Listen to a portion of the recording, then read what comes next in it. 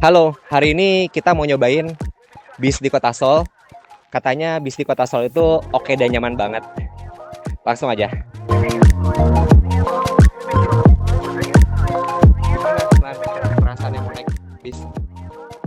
Jadi ini transportasi umumnya enak banget, nyaman, oke, dan reliable sih, jamnya tepat. Terus bisa dicek pakai aplikasi namanya Never. Jadi nggak perlu takut ketinggalan atau uh, tunggu waktu lagi. Udah berapa kali naik bis? Hmm, wah udah setiap hari sih ini pasti naik bis kalau kemana-mana ya. Kadang lebih enak naik bis dibandingkan subway karena nggak perlu banyak transfer atau jalan kaki. Kalau subway lebih enak karena nggak ada macetnya sih gitu. Tapi ya, memang kalau misalnya kita mau naik bis, kita harus jalan dulu. Tapi jalannya nggak jauh juga sih. Kayak cuma 5 menit, 10 menit. Kalau dari dorm, itu jalan sekitar 5 menit. Masih oke lah. Itu haltenya ya, halte buat naik bisnya. Haltenya emang nggak terlalu gede kayak di Jakarta, cuman masih oke sih untuk naik. Terus juga accessible karena ada zebra cross.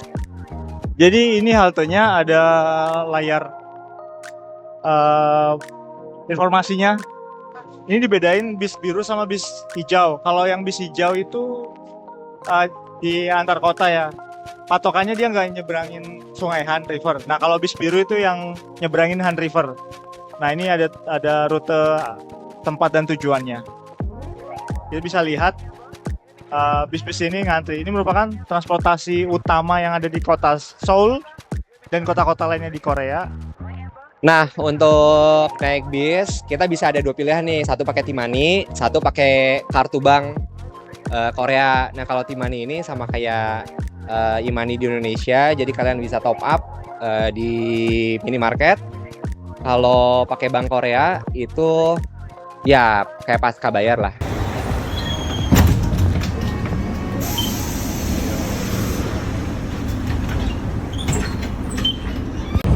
Ini kebetulan bisnya lagi sepi banget sih. Nggak banyak orang antri, biasanya sampai pada berdiri. Terus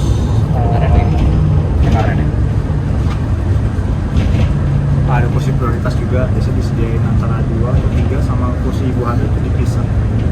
Ibu hamil, orang tua dan disabilitas ya. Disabilitas. Nah, di sini tuh pakai CNG, compressed natural gas, jadi tergolong yang ramah lingkungan juga. Biasanya ada charging port sih buat USB, tapi ini bisa nggak semua bisa ada. Samanya ini udah pasti AC. Kita ini lagi summer. Dingin ya di luar. Di luar tuh lagi panas banget, tapi di dalam bisnya berasa adem ya. Sebenarnya masih enakan TJ sih. TJ itu dingin banget, dingin banget. Dingin banget ya. Bisa juga lebih baru, tapi setidaknya nyaman. Oke sih.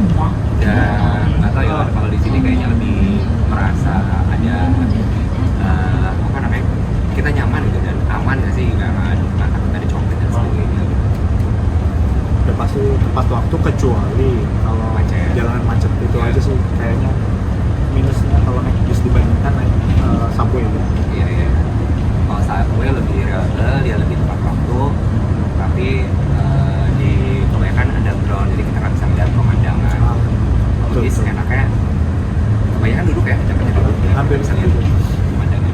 Kecuali di jam peak hour, kalau peak hour udah pasti sih ramai banget, isinya penuh, pasti berdiri. Terus ya sama itu sih kayak di Jakarta juga sih. Cuman oke. Sebenarnya di dalam bis ini kita nggak boleh ngobrol sama sekali, terus harus diam, Iya. Iya, jaga ketertiban juga nggak sih? Terus makan sama minum udah pasti nggak boleh juga sih.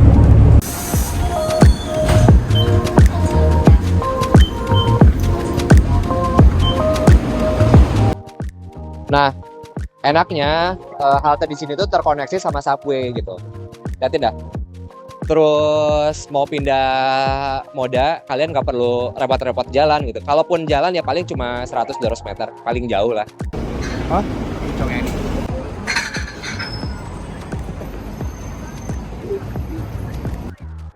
Oke, jadi gitu guys. Review kita tentang, bukan review ya, kita nyobain tentang bis kota. Hal yang menurut lu paling bagus apa Lan?